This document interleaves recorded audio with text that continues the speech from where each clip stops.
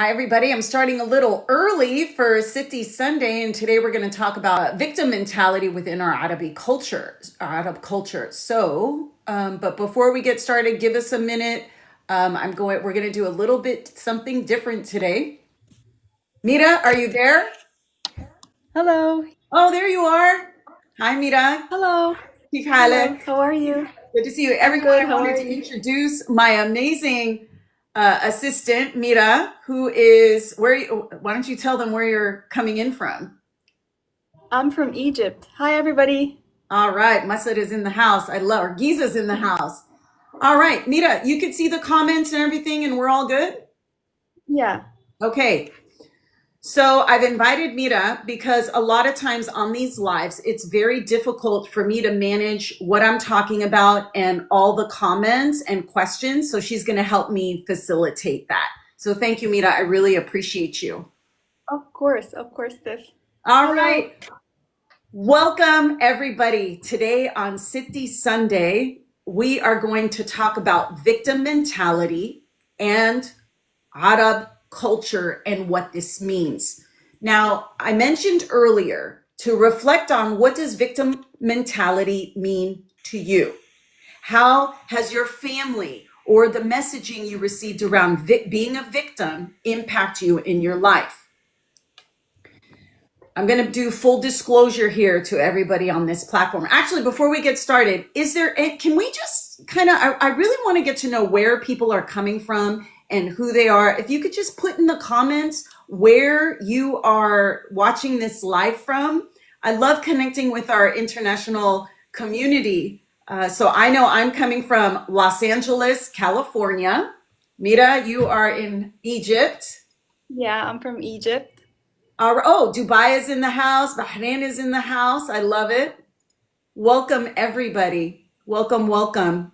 Do we have any people from Syria or Lebanon? Oh, it's first generation Syrian American.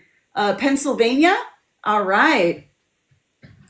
Yes, I'm a Palestinian American, so I definitely understand that first generation issue, which we will definitely talk about. Iraq is here. All right. Welcome, everybody. Algeria is in the house. I love it. Egypt, another person from Egypt. All right.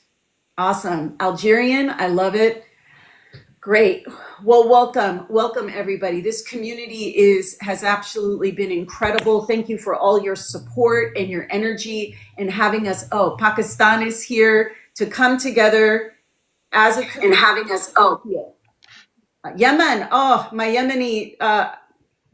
Just a full disclosure, most of my private practice clients are from Yemen, and they were truly the inspiration for me to do this platform. So thank you for those from Yemen, Kurdistan. All right, let's get started. So today we're going to talk about victim mentality. Now, Morocco's in the house, I love it. Victim mentality. Let's talk about this. Full disclosure, I have been in practice for 17 years. And when I started, I promised myself I would never work with Arab because of their victim mentality. I said, no way. No way am I going to work with Arab. Because at that time, you have to remember, 17 years ago, I promised myself I I had this false belief that Arab didn't want to change, that this was the culture, that all they did was complain and blame other people. They took no accountability or responsibility for their behavior. They felt like they knew everything. And so you couldn't share with them your knowledge because they weren't open. And I had that people within our culture, and even in my experience, they were so frustrating. They were so frustrating. And I said, that's it. Nope. So when people would say, here, do you want to work with this Arabi person or this Arabi family? I would say, oh, I don't speak Arabic. I don't understand. I did all these things that I feel shame actually that I did that at that time. Well, I kept asking myself throughout my healing journey, and when I started to understand what about this victim mentality that is keeping me from doing what in my heart I wanted to serve our communities in this way? So it was like this dichotomy between loving our culture, everything about it, the music, the food, the community, and actually hating it. I mean, so many of you may feel this dichotomy within you. I'm letting you know, I understand that. I felt that. And I wanted to help our community so much, but I was running from it. I mean, running. Well, it wasn't until about maybe 5, 6 years ago uh, it wasn't until about 5, 6 years ago when I started to get curious and ask myself, what is going on within our culture around this victim mentality? And I started to talk to many of the women of my mother's generation, and many would come to me because they knew I was a therapist, and they knew that there was an ear that was listening to them. And for many of you, it may be your Teta's generation. And I started to hear their stories, and I came from a place of curiosity, and I was shocked. And I'm going to try not to get emotional. Their stories of trauma was unbelievable to me. I couldn't believe that I had all this judgment towards them for being a victim when they truly were victimized, and how resilient they were, especially those that immigrated from their countries of origin and they came here to the United States. This, everyone thinks the US is so, wonderful. In a lot of ways it is, but in many ways they suffered so much. And whenever I think about what they've gone through and why they have this victim, is because they were victimized. They did suffer. So it took me on a journey to listen more, to be more curious. And it's well known to everybody here, and there's many of you well scholared in this than I can even remotely imagine, that colonialism, foreign intervention in many Arab countries led to exploitation and oppression for generations, with no reprieve, with no respite, with no peace. And so, of course, our families feel victimized. Of course, this reinforces this narrative of being targeted and oppressed by external forces with little to no control, because that was the reality. Now, so what do we do with that? This is leading to helplessness and powerlessness, and it's really intense. Now let's add immigration experiences, internal struggles with families, abuse, emotional, physical, sexual, neglect, financial instability, limited access to resources. You guys see where I'm going with this? It's horrific. And then I get comments where people are saying, well, that's just how it is. That's our culture. We can solve this through simple things, and they're not simple. There's not an easy solution to any of this victim mentality. So as I'm saying all these things, tune into your own body. What is coming up within you? Lean into how you are feeling around this. What is coming up for you on a bodily level? Just acknowledging all these things for generations of what our communities had to deal with. Now, as you're thinking about that, how many in the comments, if I could just get a gauge from people, how many of your family members struggle with this victim mentality? Mita, do you see anything in the comments around? Yeah, somebody said, true, I actually eliminate communication.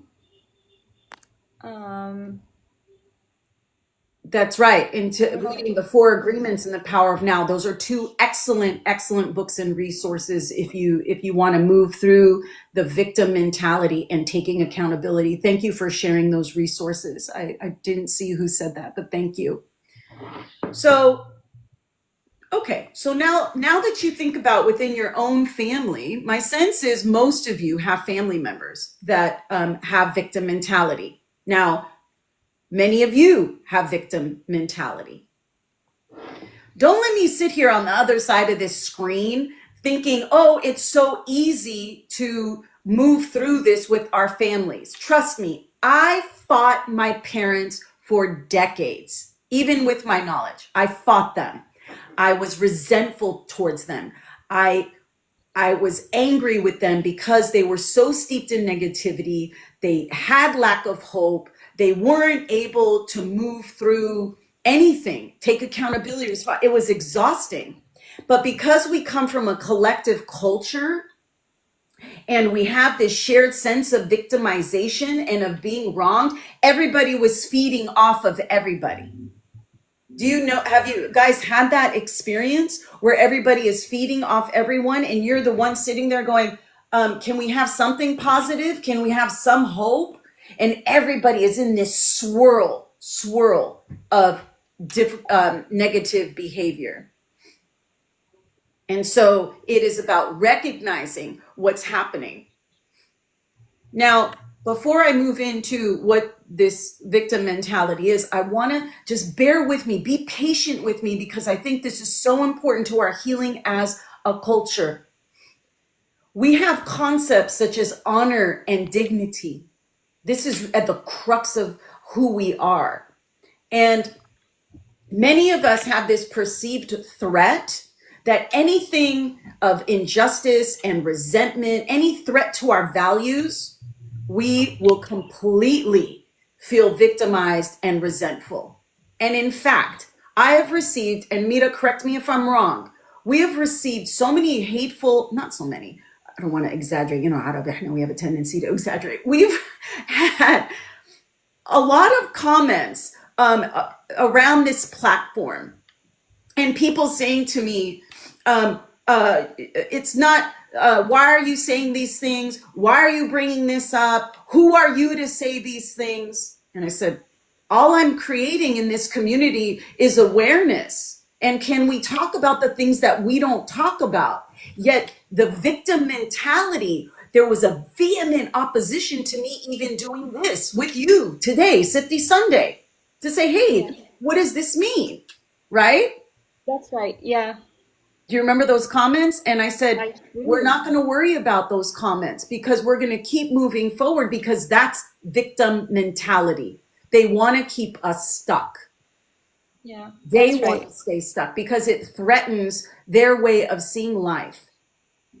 So when I lean into that and I find a place of compassion, and when I lean into, instead of being angry with them or upset with them, I leaned into that and I said, okay, this is victim mentality versus empowering ourselves to create more awareness and healing. Then I realized this is a form of protection for our parents, our grandparents. Remember, their victim mentality may serve as protection for feelings of unworthiness or an undeserving life or undeserving of a better life. Okay, tell you, Hayuna, now I want you to start thinking. Mira, is there sounds coming from the TikTok? Yeah, it's just gifts people are sending. Oh, thank you, everybody. Thank you, everybody, for the gifts. Yee, there's clapping to come in. Oh my Yeah. gosh, that's so nice of everybody.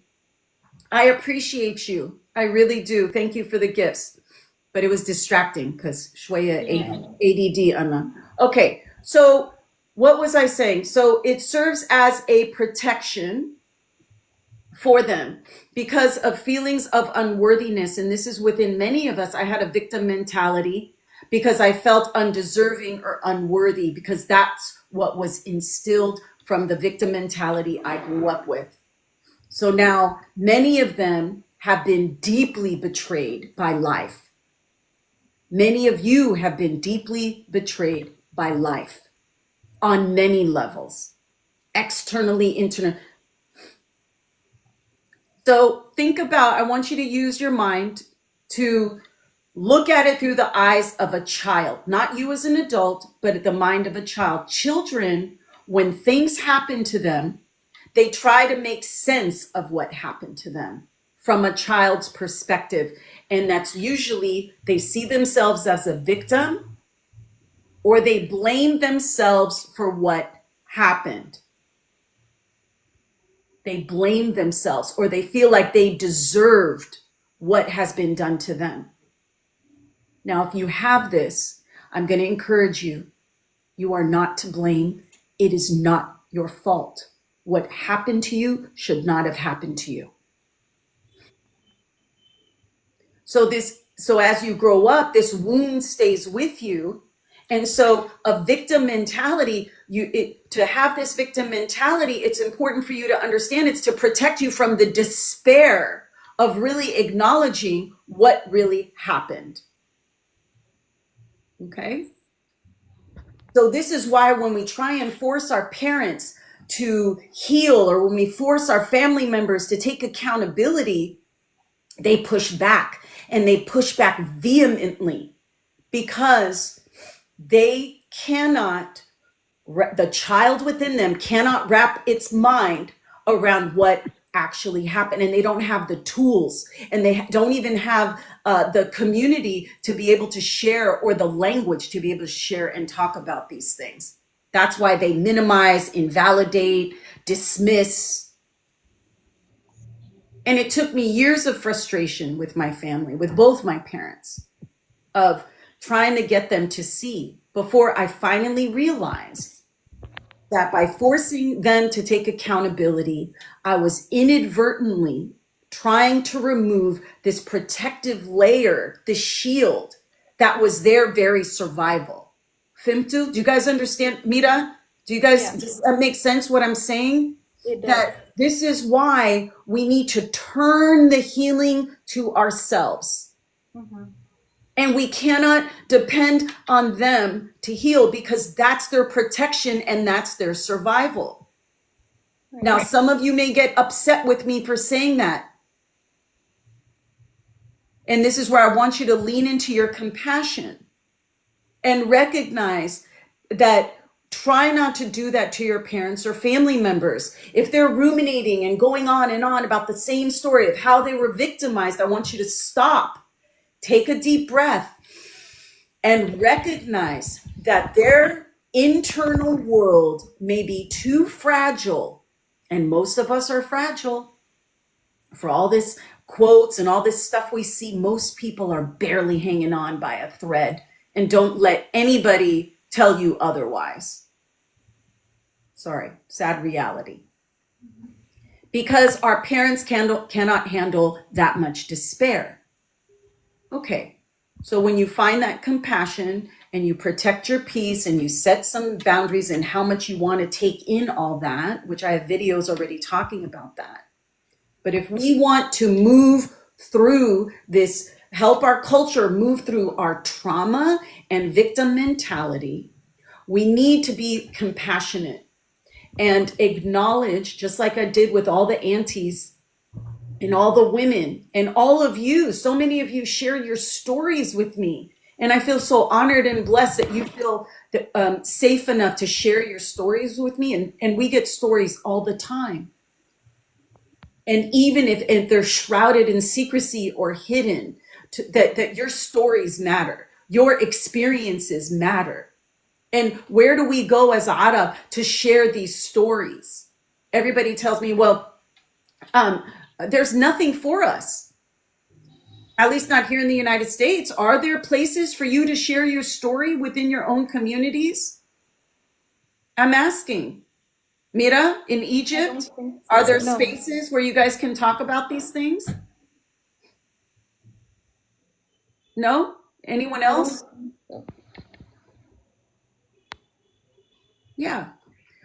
So let's keep going. So remembering that what has been done to many of our communities was not because of who we are. It wasn't because of anything we did.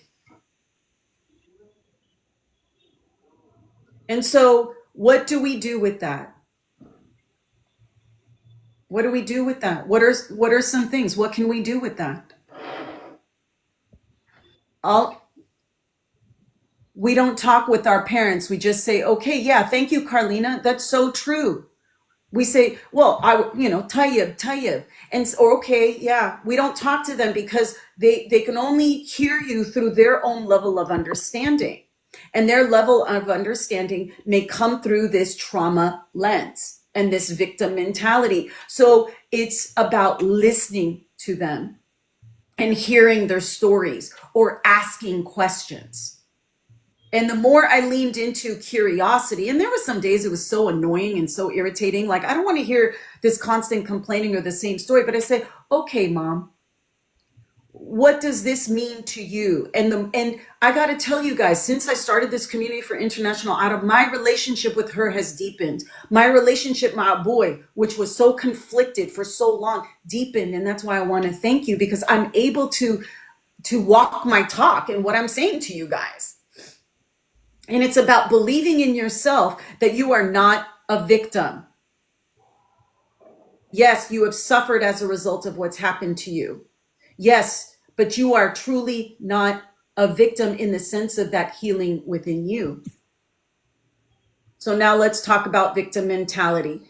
This is the direct clinical definition. It is a mindset where you perceive yourself as a helpless victim of circumstance or other people's actions, often powerless for you to change your situation. This outlook, which is why I'm talking about this victim mentality, because it manifests itself in addictions, drug, alcohol, food, sex, gambling. It affects our thought patterns. Nothing good happens to me, that negativity that so many of us are exposed to, and our emotional responses, anger, sadness, okay?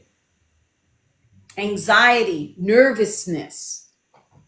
So now here we are, the signs of victim mentality. Now, if you're honest, ask yourself if this is you.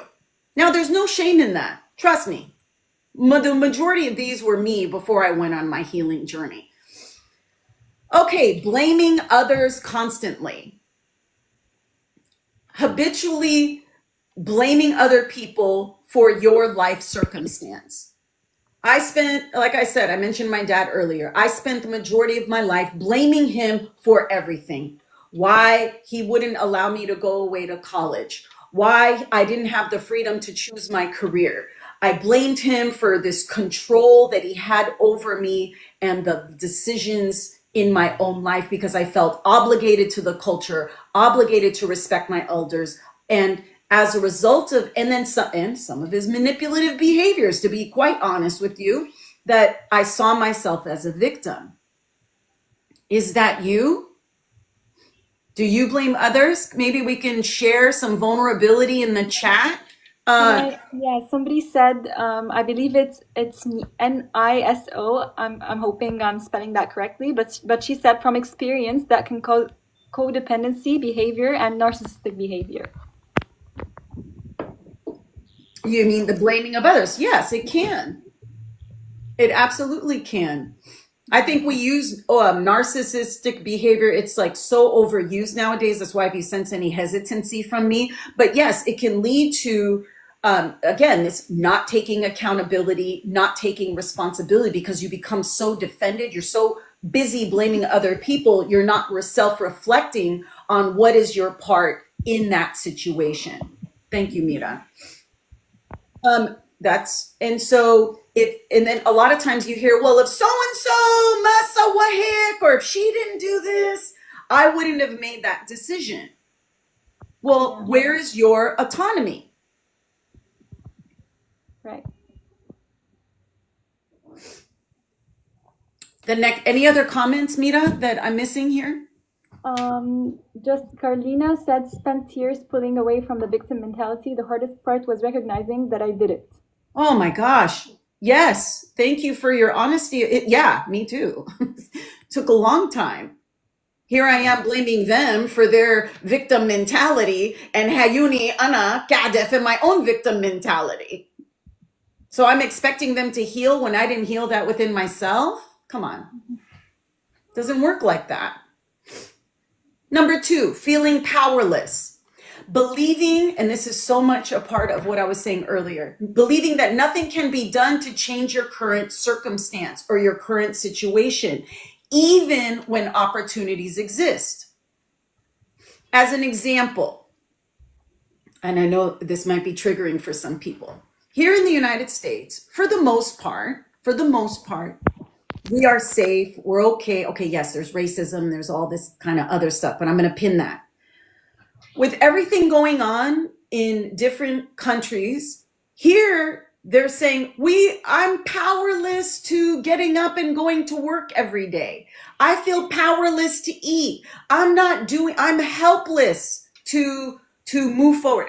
And I'm thinking, there's no external threat for you, really, if we're honest, here in the US, really. Yet this feeling of powerlessness is preventing you from taking accountability when the people in other countries who are being bombed on and homes destroyed, they still get up every day. So what are you doing? If it sounds like a judgment, yeah, it is. It is, because judgment has its place. So again, feeling powerless and helpless, even when there's opportunity for you to move forward. What's that about for you? Negative self-talk, number 3. How many times have you heard frequent expressions of self-pity? Why does this always happen to me? I can't catch a break. How many of you have said that or have heard that? Mira, have you heard that expression? Of course, all the time. What is it in Arabi? Do you know? Like, what do they say for Um, the Arabi? Because أنا مش عارفة. What do they say? can you tell me what Like, do you mean? why Like does what's the this English? always happen to me? ليش Yeah, أنا ليه أنا دايما بيحصل معايا كده؟ Yeah, exactly. Right? Oh, it sounds so beautiful, Fil Arabi. I love that. But it's not beautiful. It's negative self-talk, right? Yes, And yes, yes. viewing yourself as inherently unlucky or doomed, right? هذا حط العين علي, right? Yes. That you're doomed to this life of misery. You're doomed to this life of being unlucky. And that is a victim mentality, and that is not true. I'm sorry, can I stop you for a second? Because so many Please. people commented what it's called in Arabic. Yeah, please tell Again, me. Nisa said ليش حياتي هيك. I think you understand that. I do understand Yeah. that. And then Omar Ali said عقلية الضحية, which is the victim mentality, but in Arabic. Oh, I And love then somebody said nadb. Do you know what nadb is? No. Nadb is like ultiming. You know what ultiming is? Oh, I have a whole family that ultim. I know what that is. Yeah. Yeah. Um, and then somebody said أنا مسكينة. Miskina Mhm. is like, I know you know what it? Messina. Yes, I do know what that is. Yes. So I And love then, that. So, oh, I'm sorry. Say that again. Jasmine said, I tell that to myself every day. Oh, Jasmine, my hope is that from this live, you may be able to recognize not to do that to yourself, this negative self talk. We are very good at negative self talk. And I did the live, I think a few lives back, around change and how hard it is. And our brains are there to disserve us, and our nervous systems are so overactivated, it will reinforce that negative self talk. So this is where you have compassion for yourself. And how can you change that from why does this always happen to me to what can I do to move me out of this mentality, whether it's a thought, a behavior, an attitude? Okay. Number 4, avoidance of responsibility. You shift the responsibility for outcomes externally, avoiding accountability for your personal choices. Are comments coming in, Mira? Yes. Yeah. Carlina, Some, negativity brings negativity. Okay, go ahead. What was it? It was negativity brings negativity. I started my journey faking positivity until I became my reality. Yeah, the faking till you make it. And sometimes Yeah. it's about reminding yourself of being in gratitude, taking responsibility for getting up every day, reading something, being inspired, whether it's through nature. There's always where you could take responsibility for your thoughts and your actions. But many times this victim mentality will keep us stuck. Another big one in our culture, number 5. This is a huge one because I see this all the time. Resentment or envy. So if you feel bitter or envious towards those who are more successful, fortunate, or capable, and you're viewing other people's achievements as unfair advantages, or maybe people do this to you, they're in their victim mentality and they're throwing all this energy at you because they feel victimized by your good fortune.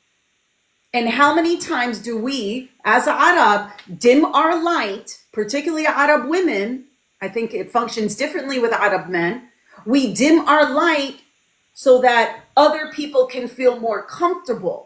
So are we not reinforcing their victim mentality? Mish'ah?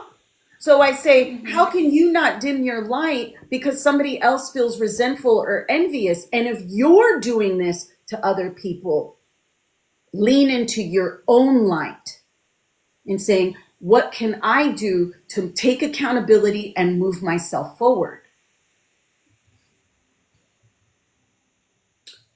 All right, number 6, you focus on problems and not solutions. How many of you have sat in like a family gathering and bihku, bihku, bihku, they're talking problem after problem? What happened 30 years ago? Mira, is that a common experience?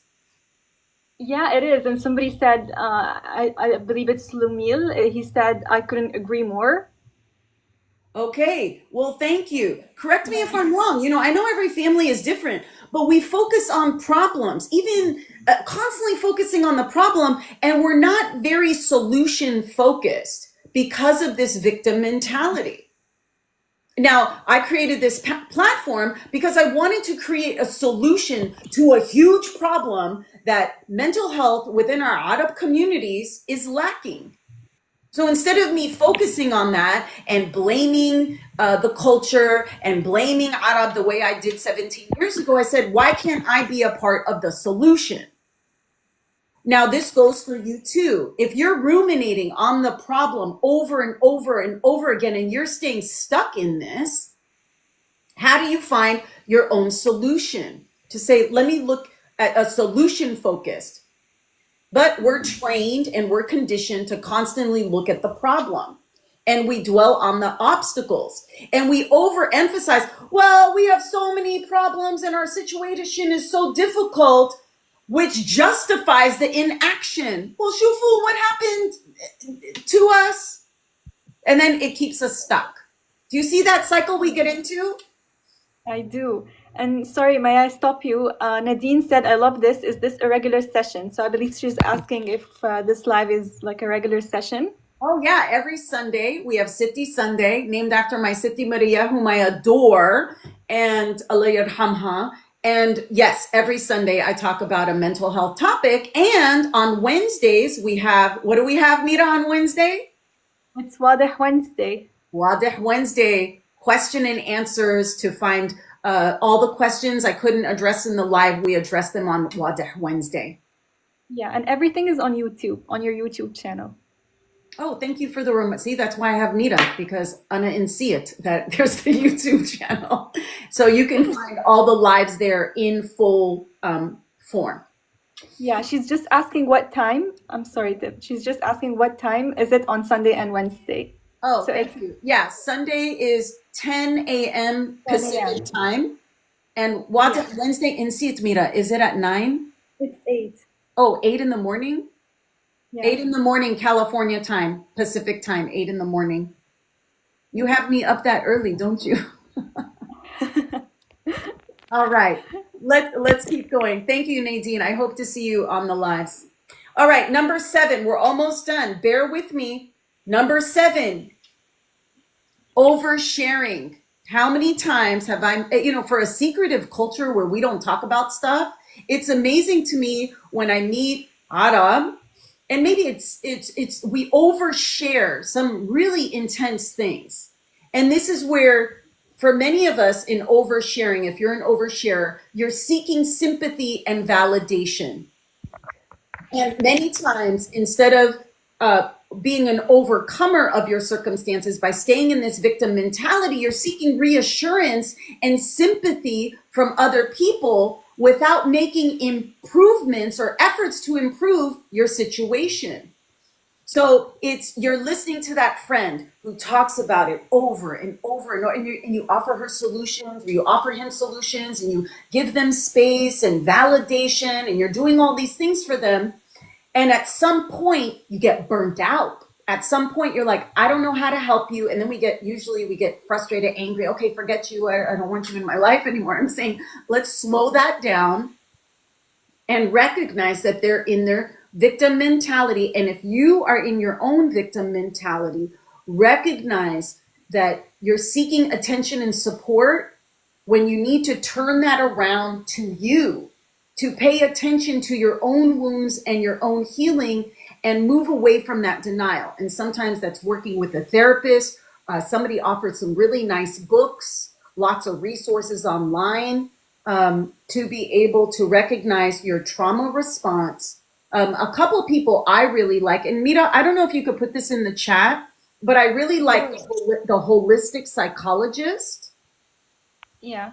She has some really good tips and tricks on how to manage trauma. There's so many. The behavioral therapist, maybe we can put that in the captions on the YouTube, Mira. I'll send you the list. Sure. There are so many resources. The beauty about the internet is you can take that sympathy and that validation and empower yourself with knowledge on how to move through that. This is a big one in our culture. This is number 8, a passive or defeatist attitude. And this is when I started this platform. A lot of the aunties and the ammos were like, Lish, inti, stop bothering. Why bother ma'al Arab? And they assume that it will lead to failure or rejection. And it's this defeatist attitude. Lish, ma'alash, insi. And then what happens is, if I didn't have strength within me or do my own healing journey, I would never have done this platform. And of course, without the support of Mira, I do need to acknowledge her. That this passive defeatist attitude, why bother? Shoo, yani. I hear this so much. Well, this community, you guys have helped me grow it to over 3,000 people. And I think to myself, that's not defeatist. We're not being passive. We're being active in our own healing. This is how we heal our trauma and move through this.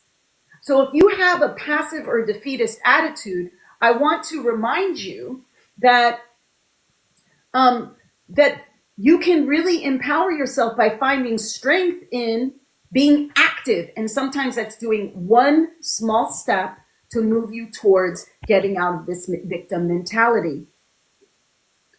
All right, number 9. Mira, are there any comments or anything before I move on to number 9? I think just somebody said it's better to have someone that understands the culture, I think, as a therapist, which I think is so true. You addressed that before. That's very hard to have a therapist that does not understand the Arabic culture. I know, and I'm sorry. I wish I had a good answer for that, but it's better to work with somebody that you could develop trust with. And yes, it's annoying to explain the culture. And yes, it can be challenging. Yet, you guys, there aren't that many Arab therapists. There aren't. We don't have that many. Handful United States. You know how hard it is for me to try and link people to therapist hand within insurance? I mean, that's why I created this community, because I wanted to reach more people, because I'm only one person. And my sense is it's the same in other Arab countries. Are there mental health resources available? Mira, Um, are there so- people out in the community? no, there's not many. And somebody said that they would love to have some resources. So maybe we can reach out in the DMs if you can give them some resources to Arab therapists. Yeah, please DM me. I do the best that I can. If you need to tell me where you live, and what you're struggling with. Don't give me, I mean, if you want to share a lot, you don't have to share a lot, but just what you're struggling with so I could find you the right fit.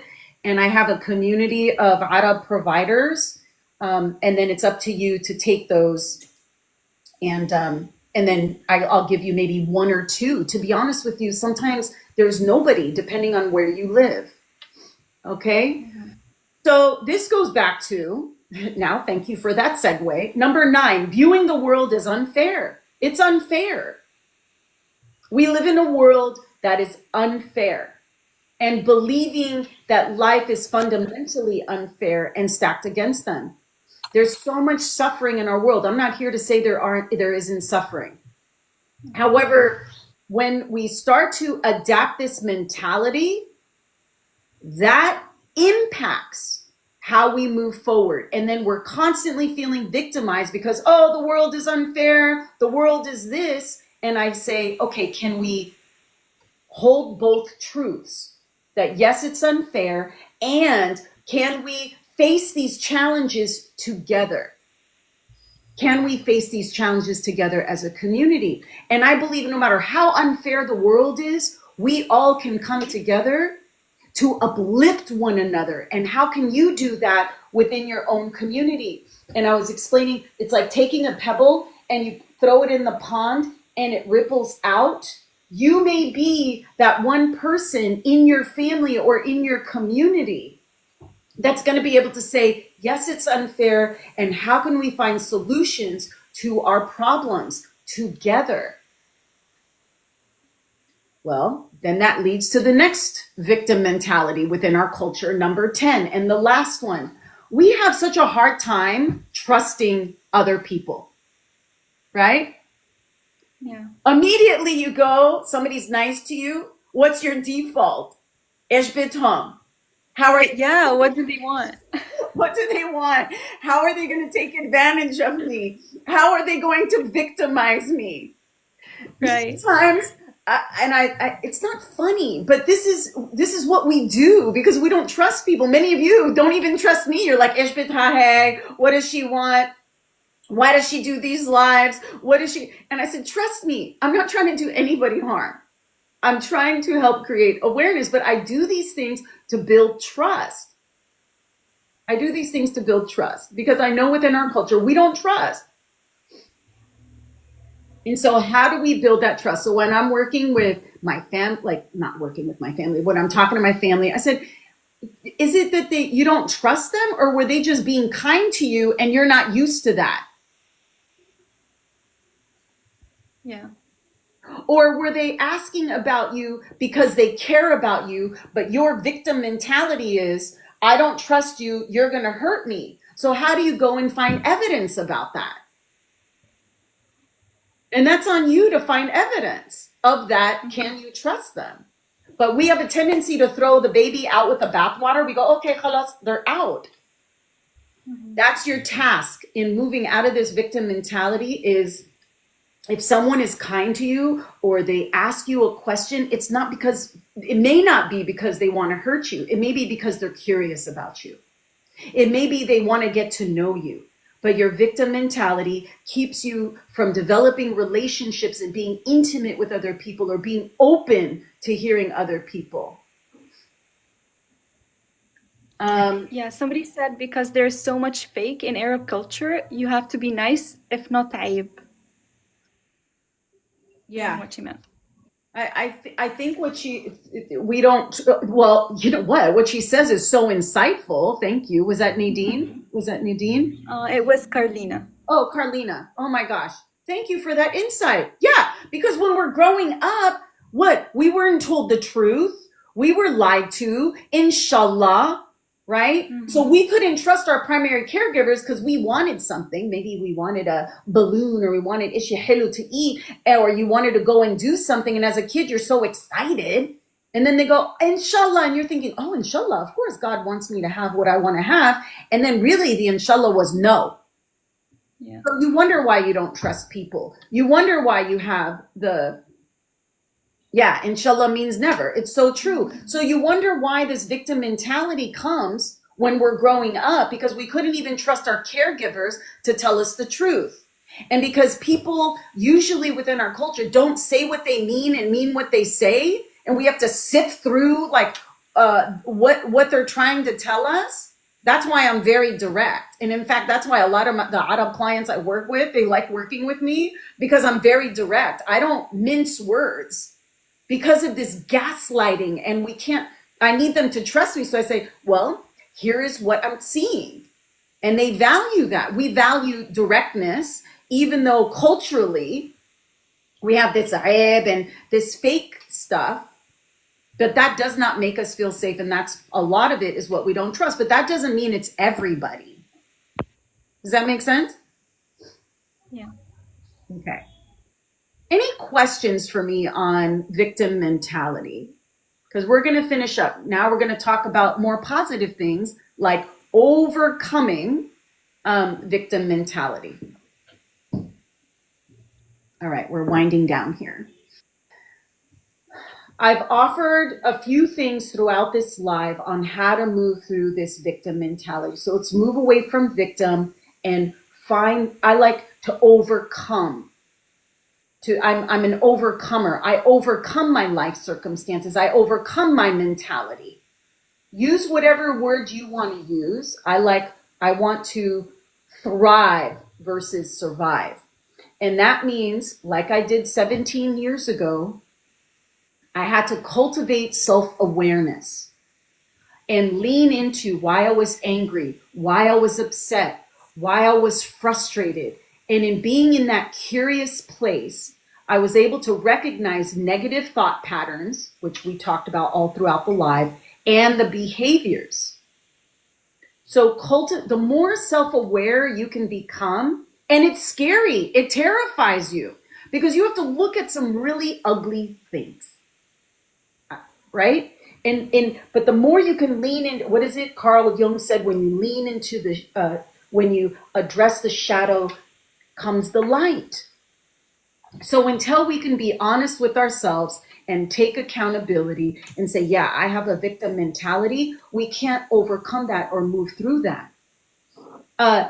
Number two, you take accountability and responsibility. You cannot take responsibility for another person.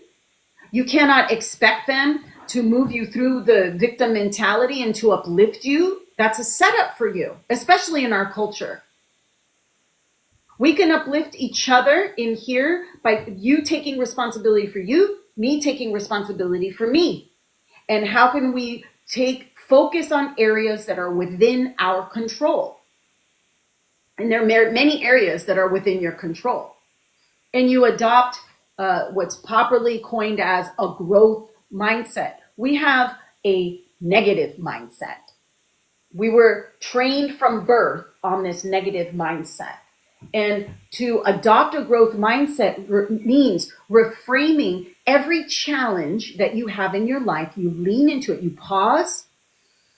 You're like, okay, this is a gift. How do I adopt a growth mindset? What's this challenge for me? What's the opportunity for me to learn and grow? Just like with my parents, I was so tired of being angry and so tired of being frustrated that I had to grow with them, because as Bint Arabiya, I'm not going to leave them. That's not my value. So as Bint Arabiya, I had to take a growth mindset to say, what is their story? How can I use the challenges I'm being faced with them as opportunities to grow within me, not them, within me?